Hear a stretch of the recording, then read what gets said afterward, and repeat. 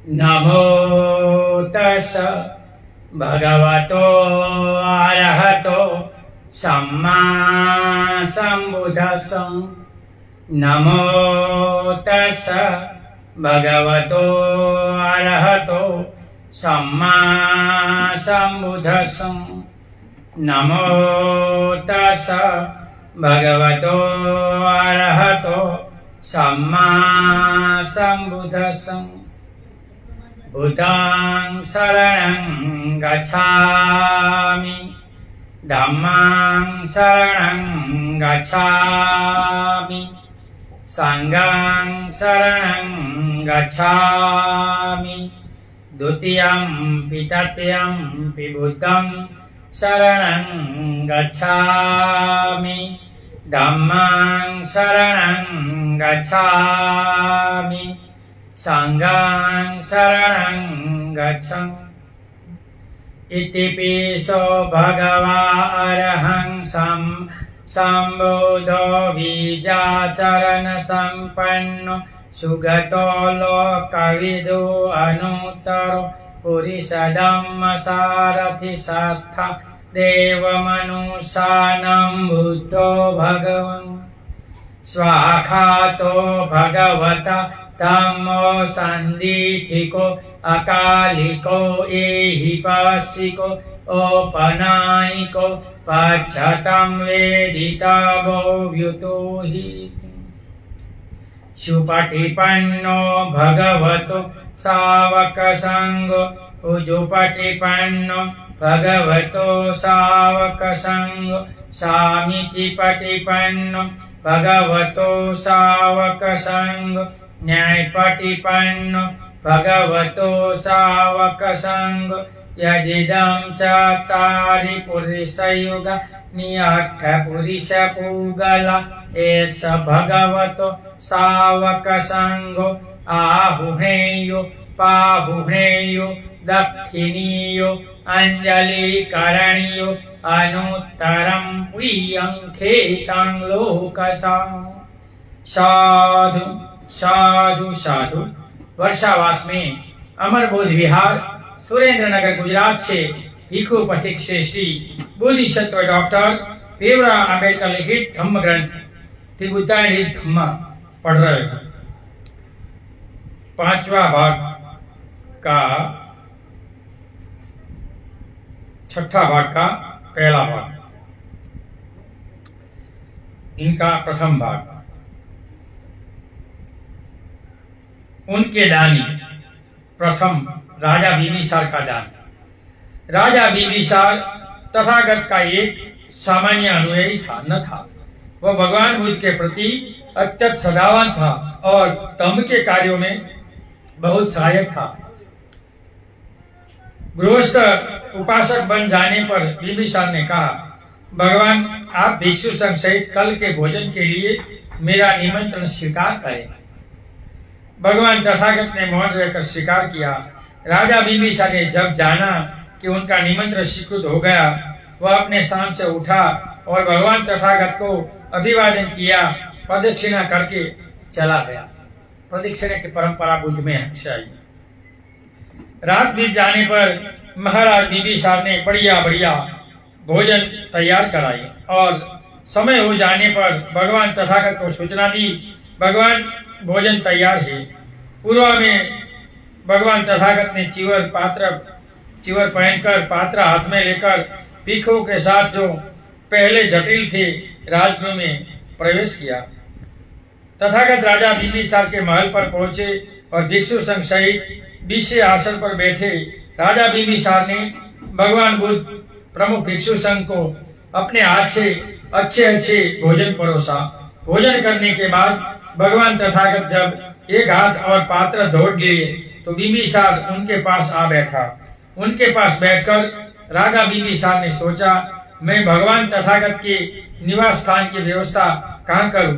जगह ऐसी होनी चाहिए जो गांव से बहुत दूर न हो और ऐसी होनी चाहिए जो बहुत नजदीक भी न हो।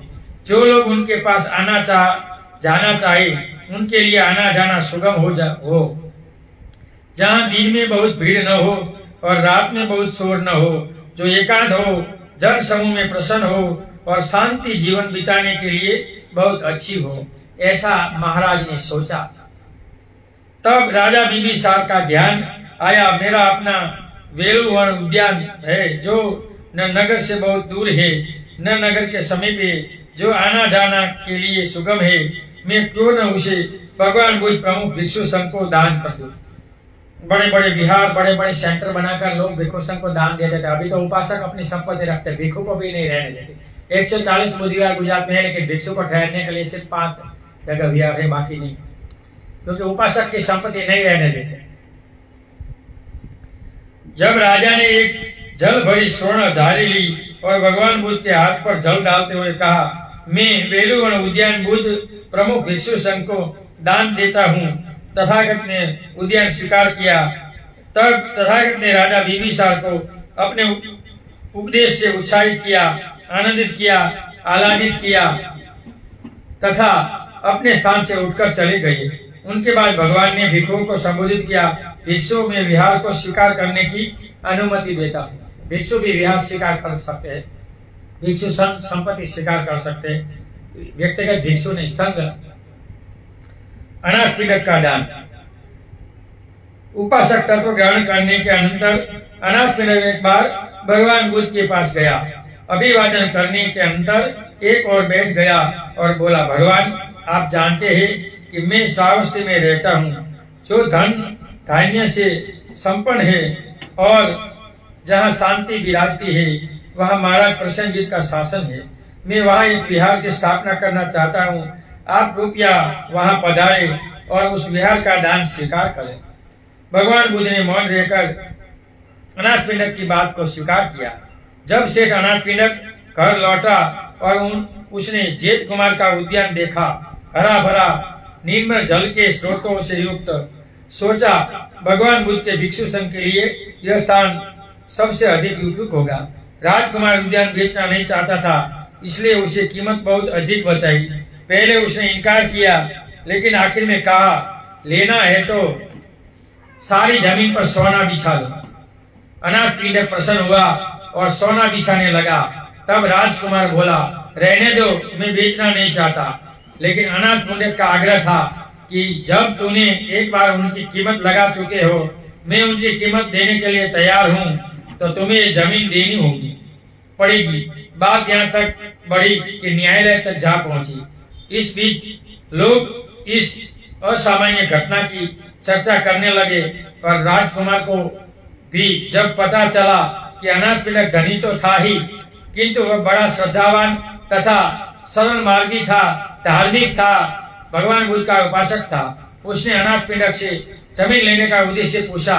जब उसने पता चला कि जमीन भगवान तथागत के लिए विहार बनाने को ली जा रही है और उसे भी उस पुण्य कार्य में हिस्सेदार बनने की इच्छा प्रकट की, उसने जमीन की आधी ही कीमत स्वीकार की।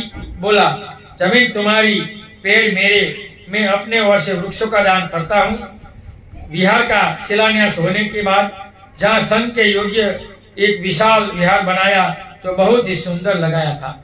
ऐसे बोलता है 84 करोड़ रुपया का विहार बनाकर इसने भिक्षु संघ को दान दिया। अभी 100 रुपया दान देना है तो अपने को उपासक कहने वाले को शर्म आती है। दान निकलता नहीं है, लोभी उपासक है ज्यादा ज्यादा। दान देना ठीक नहीं लगता। बिना दान भिक्षु कैसे आगे बढ़ेगा? हमें मॉनेस्ट्री बनानी है, स्कूल बनानी है, तो कोई तैयार ही नहीं होते। रहने दो, एक रूम बनाकर बैठ जाएंगे, जब लोग जागेंगे तो करो। इस विहार का नाम पड़ा अनाथ पिंडक का जेतवन आराम। संक्षिप्त रूप से जेतवन विहार ही रह गया। अनाथ पिंडक ने भगवान तथागत को कपिल वस्तु से श्रावस्ती पधारने और विहार को स्वीकार करने का निमंत्रण दिया। जब भगवान बुद्ध जेतवन पधारे, अनाथ पिंडक ने पुष्प वर्षा की और सुगंधित धूप जलाई। उसने एक सोने की झाड़ी थे भगवान तथागत के हाथ पर पानी डालते हुए, मैं संसार भर के भिक्षु संघ को यह विहार समर्पित करता। देखो, विहार बनाकर उपासक लोग भिक्षुओं को दान करते थे या अपनी प्रॉपर्टी रखते, रात में रहने देते, खाने पीने की व्यवस्था नहीं करते। गुजरात के लोग ऐसे हैं। तथागत ने विहार स्वीकार किया और दान अनुमोदन करते हुए कहा, सभी अमंगलों का नाश हो, यह दान दाता के साथ साथ सारी मानवता की कल्याण वृद्धि का कारण बने। अनाथ पीड़क ने प्रधान शिष्यों में से एक का दान दाताओं में प्रमुख था। तो इसका नाम है अनाथ पीड़क, जो गरीबों को भूखों को भोजन दान देता था फ्री में, इसलिए वो अनाथ पीड़क कहा। इनको भिक्षु बनना था, पर भगवान ने मनाही की तो संसार में ठीक है, संसार में रहकर तो अभी तो मुक्त होगा। तीसरा, जीवक का दान।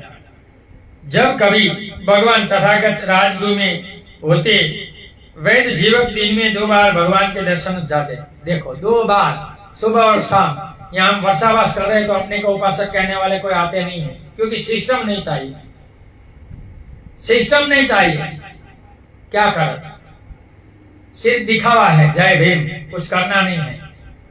जीवक को लगा कि राजा बिंबिसार ने भगवान तथागत को जिन वेणुवन का दान किया है वह बहुत दूर है। राजगृह में आम्रवन नाम का उनका अपना एक बगीचा था, जो उसने अपने स्थान से नजदीक था। उसने सोचा कि यह एक अंग संपूर्ण बनाए और विहार तथा बगीचा भगवान तथागत को समर्पित कर दिए। अपने मन से विचार लेकर वह भगवान तथागत के पास पहुंचा और प्रार्थना की कि वह उनकी कामना पूरी होने दे। भगवान ने मौन को स्वीकार किया तो इसने आम्रवन दिया। अभी सौराष्ट्र में बहुत से लोगों का आम्रवन आधा 100 मीटर आम्रवन नहीं देते, लोभी है। बाबा साहब के कारण मुफ्त मिला है जमीन तो भी नहीं दे सकते, जिनके कारण मिला है इनको। गद्दार लोग है बाबा साहब के सामने। हम देखते हैं 23 को संकल्प भूमि इतने लोग नहीं आएंगे।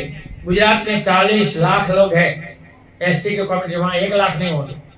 क्या करे, खाना है बाबा साहब का और गाना है देवी देवताओं का।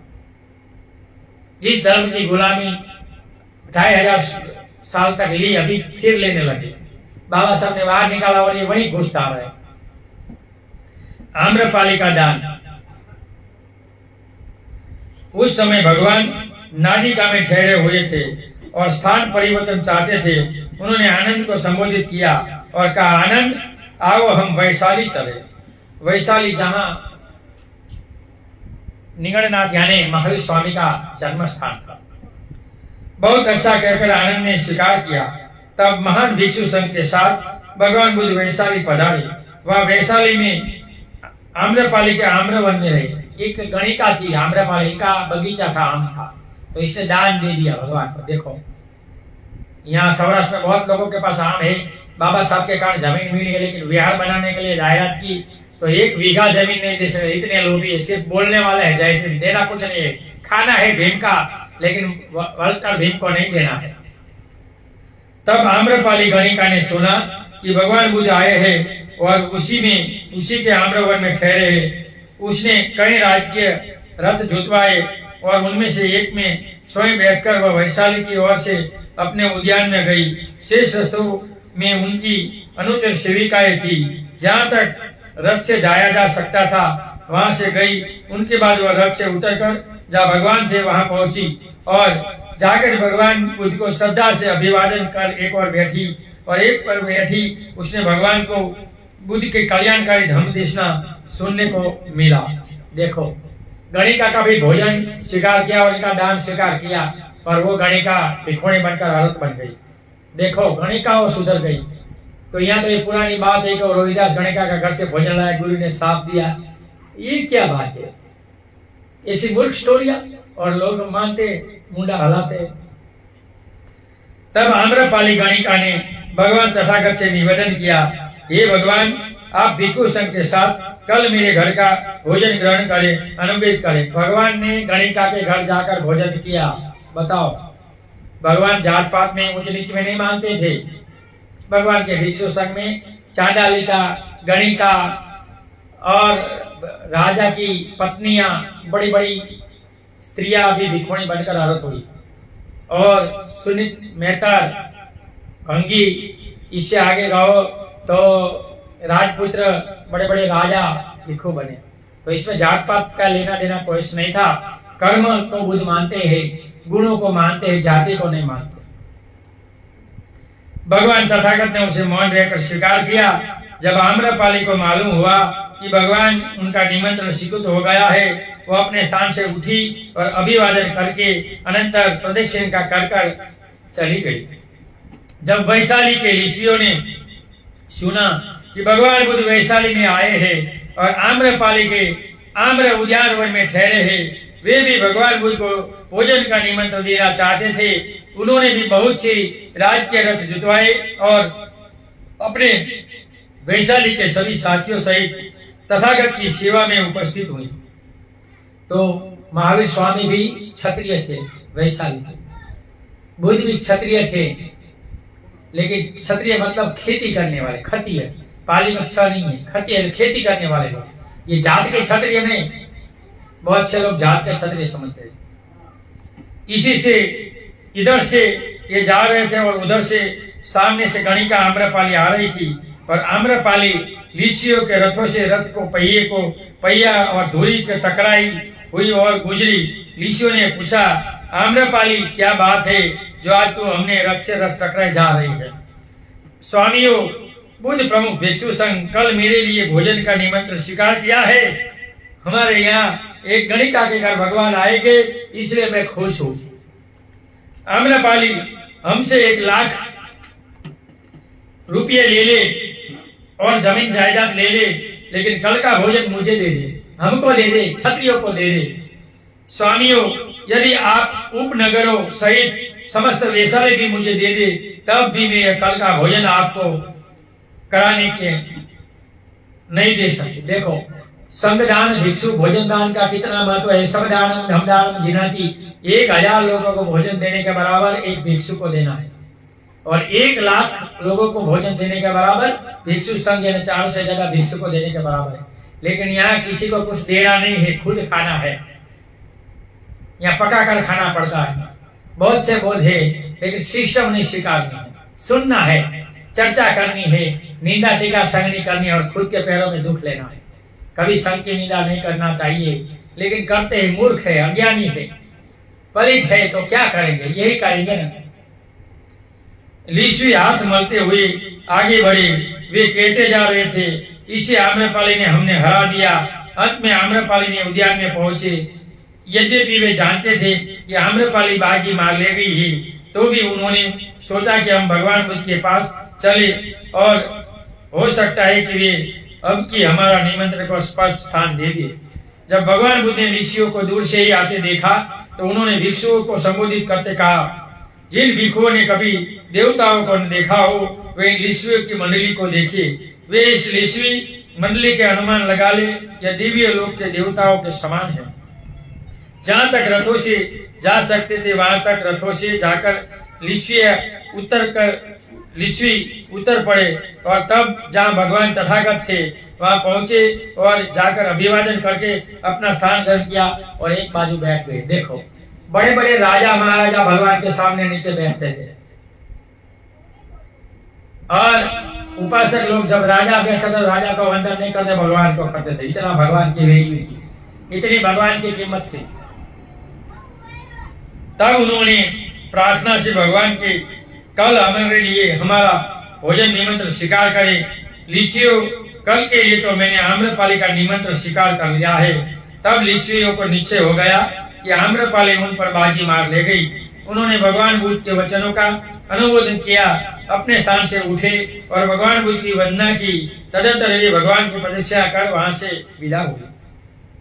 रात बीत जाने पर आम्रपाली ने अपने निवास स्थान पर मधुर खाद्य अच्छे अच्छे भोजन की तैयारी कराई और समय की सूचना भिजवाई। समय हो गया है, भगवान भोजन तैयार है, आप आए, हम आपको भोजन देने के लिए तैयार हैं। तथागत भगवान चिवर पहना तथा हाथ में पात्र ले भिक्षु संघ सहित जहाँ आम्रपाली का निवास स्थान घर था, वहां नगर में पधारे। वहां पहुंचकर वे अपने लिए तैयार किए गए आसन पर विराजमान हुए। तब आम्रपाली ने भगवान बुद्ध प्रमुख भिक्षु संघ को मधुर खाद्य अच्छे अच्छे मधुर स्वर के भोजन से संतुष्ट किया। वह अंत तक स्वयं आग्रह पूर्वक परोसती रही और खाओ भगवान, खाओ भगवान, इतना इतना मेरा स्वागत ऐसा कैसा। तो भगवान को बहुत भोजन भिक्षुओं को अच्छा अच्छा खिलवाया। भोजन समाप्त होने पर भगवान बुद्ध ने अपना पात्र और हाथ धो चुके आम्रपाली का एक नीचा आसन लेकर बैठ गई। तब उसने भगवान से निवेदन किया, भगवान मैं भी अपना ये आम्र उद्यान बुद्ध प्रमुख भिक्षु संघ को समर्पित करना देती हुई दान में देना चाहती हूँ। तो भगवान ने मौन रहकर स्वीकार किया। तब भगवान ने दाना भोजन करते हुए धम्म उपदेश किया और उनके बाद आसन से उठकर चले गए। तो ये कणिका का आम्रवन भगवान को दान में मिला। कितनी हस्तियां थी जो भगवान को दान देती थी, लेकिन हम तो इतने भगवान जैसे है नहीं के बेटे हैं, इसलिए हमें कौन देगा? हमें कोई नहीं देगा, क्योंकि यहाँ तो सब लोग भी लोग हैं।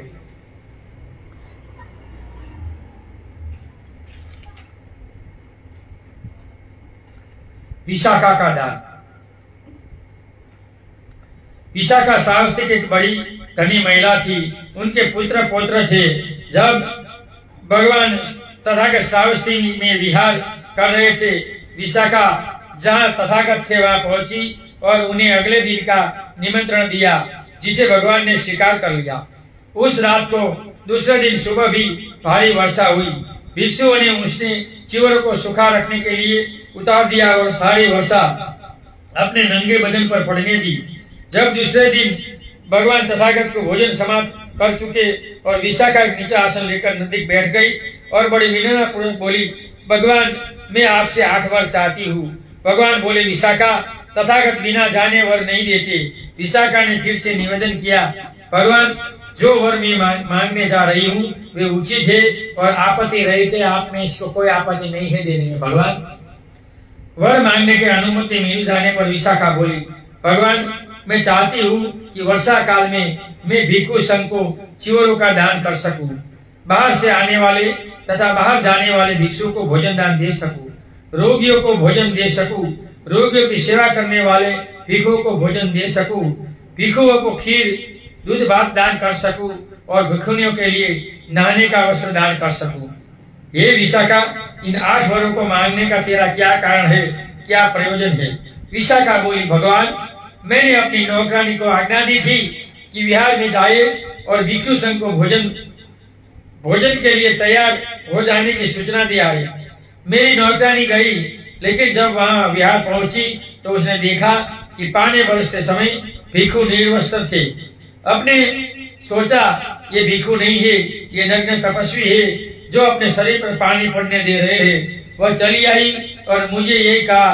तब मैंने उन्हें दोबारा भेजा, भगवान नग्नता अशुचिपूर्ण है। भगवान नग्नता जुगुप्सा पैदा होती है। भगवान यही कारण है और मेरा प्रयोजन है कि जीवन भर भिक्षु संघ का वर्षा ऋतु में पहनने के लिए एक्स्ट्रा वर्षा साटिका जो विशाखा के कारण आया। अभी भी 3 महीने पहले वर्षावास होता है तो 1 महीने में वर्षा साटिका लेनी पड़ती है, लेकिन यहाँ गुजरात में तो कोई देते नहीं, पता सबको है, लेकिन हमको अपने हाथ पर बनाकर वर्षा साटिका पहननी पड़ती है। मैं जीवन भर भिक्षु संघ को वर्षा ऋतु के लिए वस्त्र देना चाहती हूँ। मेरी दूसरी मंगल कामना का कारण यह है कि बाहर से आने वाले भिक्षु सीधे रास्तों से अपरिचित होने के कारण थके थकाए आते हैं। वे नहीं जानते कि भिक्षा कहाँ मिलेगी। भगवान यही कारण है और यही प्रयोजन है कि मैं जीवन भर आगंतुक भिक्षुओं को भोजन दान देना चाहती हूँ। मेरी तीसरी मंगल कामना इसलिए है कि एक बार बाहर जाने वाला भिक्षु यदि भिक्षाटन के लिए जाएगा तो वह शेष भिक्षुओं से पीछे रह सकता है, अथवा जहां वह पहुंचना चाहता है वहां विशेष विलंब से पहुंचता है और वह अपने यहाँ से भी थका थकाया रवाना होगा। चौथे, यदि एक बीमार भिक्षु को ठीक पथ्य न मिले तो उनका रोग बढ़ ही सकता है और वह मर सकता है। 5वें, जो भिक्षु रोगी की सेवा शुश्रूषा में लगा है उसे अपने लिए भिक्षाटन का समय नहीं मिल सकता। 6ठे, यदि रोगी भिक्षु को ठीक औषध न मिले तो उनका रोग बढ़ सकता है और वह मर सकता है। 7वें, भगवान मैंने सुना है भगवान तथागत खीर की प्रशंसा करते हैं, क्यों न मैं बुद्ध की स्फूर्ति के मिलती है तो मैं प्यास बुझाने के लिए खीर न दूं।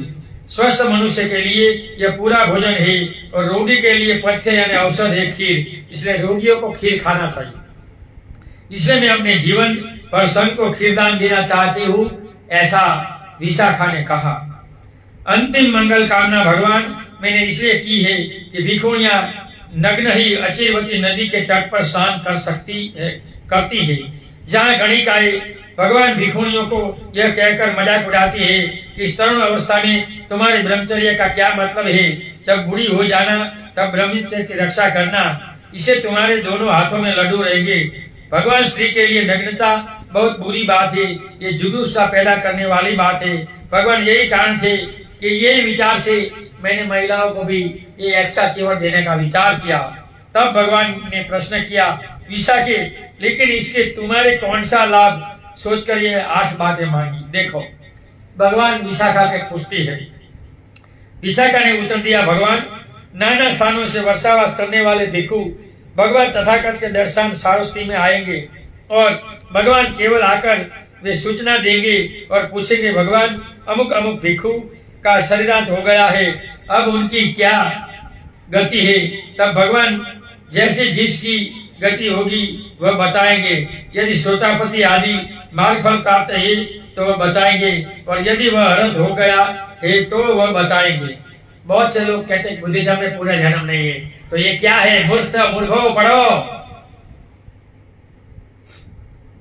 और तब मैं उन भिक्षुओं के पास जाकर उन्हें पूछूंगी कि क्या यह भिक्षु कभी सारस्वती में रहा है।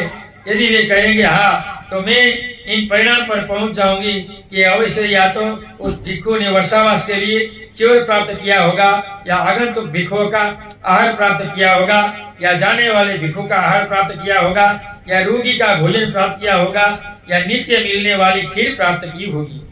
तब मेरे मन में प्रसन्नता पैदा होगी, प्रसन्नता से आनंद उठ जाएगा और आनंद से सारा शरीर शांत हो जाएगा, सारा शरीर शांत तो प्राप्त करेगा।